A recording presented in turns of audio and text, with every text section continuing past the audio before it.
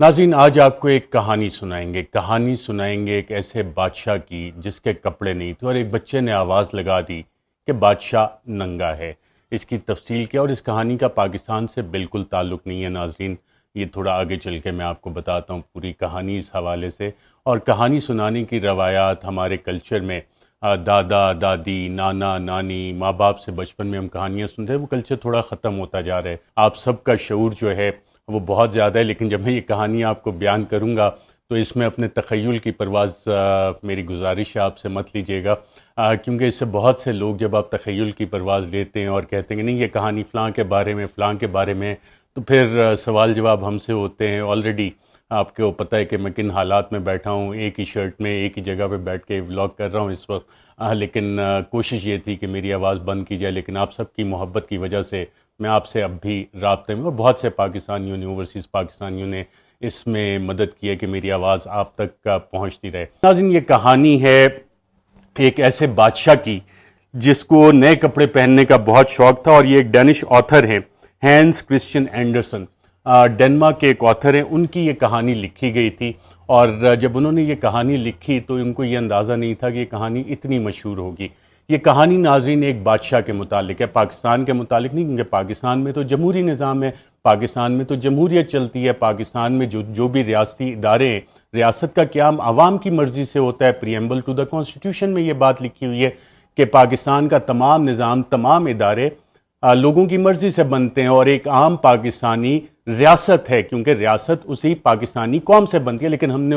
سالوں میں پتہ نہیں جو بھی اتنی ڈکٹیٹرشپ رہی تو ہم نے کہا جی چند لوگ شخصیات جو ہیں اہم وہ ریاست ہوتی ہیں، چند ادارے ریاست ہوتے ہیں۔ ایسا نہیں ہے، پاکستان کی عوام ریاست ہیں، آپ ریاست ہیں، اور تمام اداروں کا کام ہے کہ ریاست کی خدمت کریں، عوام کی خدمت کریں، اور یہی ہمارے قائد اعظم محمد علی جناح بانی پاکستان نے بھی کہا تھا۔ لیکن چند لوگوں نے، چند اداروں نے سمجھنا شروع کر لیا کہ جی ہم ریاست ہیں، اور پھر بند کمروں میں فیصلے ہونے شروع کیے، جیسے کہ اس کہانی میں بھی ہے۔ اور اس کہانی میں ناظرین جو یہ کہانی شروع ہوتی ہے، اب میں یہاں سے کہانی آپ کے ساتھ اسی طرح سے شیئر کروں گا، اور یہ پاکستان سے متعلق نہیں ہے، کیونکہ پاکستان میں بادشاہت نہیں ہے۔ بادشاہ تو اگر کسی کو بات پسند نہ آئے تو اسے زندان میں ڈال دیتے ہیں، اٹھا لیتے ہیں، ٹارچر کرتے ہیں۔ پاکستان میں تو ایسے کام نہیں ہوتے، پاکستان میں تو فنڈامنٹل رائٹس ہیں، ہماری عدالتیں آزاد ہیں، انصاف دیتی ہیں، اور کسی کی کیا جرت کہ جناب کسی کو کوئی اٹھا کے لے جائے، کسی کو کوئی دھمکیاں لگائے، کسی کی کیا جرت کہ وزیر اعظم پاکستان کی سیکیورڈ لائن پہ اس کی کنورسیشن ریکارڈ کرے۔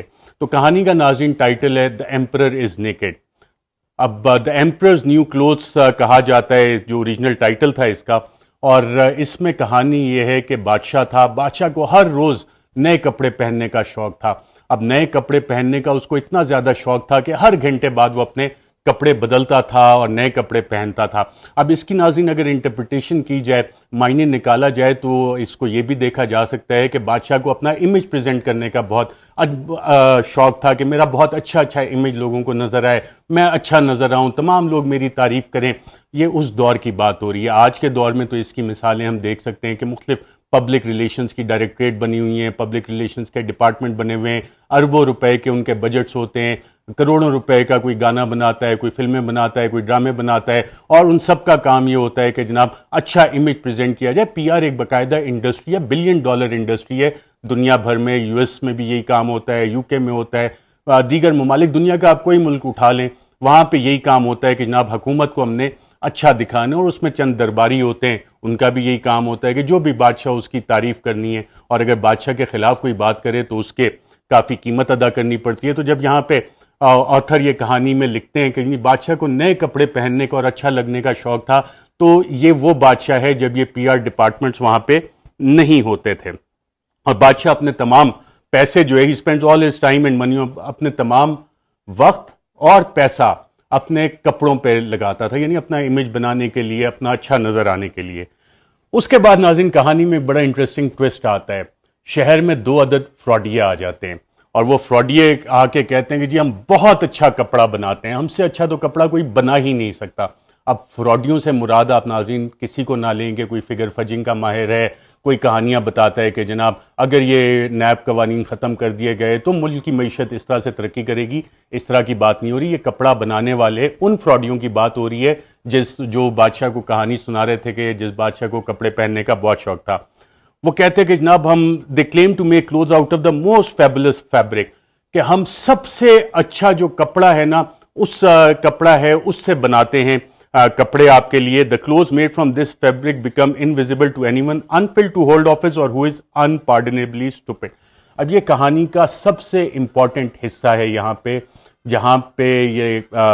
لکھ رہے ہیں کہ اس کپڑے کی خاصیت یہ تھی جو ان فراڈیوں نے بتایا اور جس کو وہ مارکیٹ کرتے تھے، جس کی پی آر کرتے تھے، کہ کوئی بھی جو یہ کپڑے پہنتا ہے تو اس سے پتہ لگ جاتا ہے کہ وہ اپنے دفتر میں بیٹھنے کا اہل ہے، اس میں قابلیت ہے، یا وہ بالکل نااہل ہے، نکما ہے. اور ساتھ ساتھ یہ بھی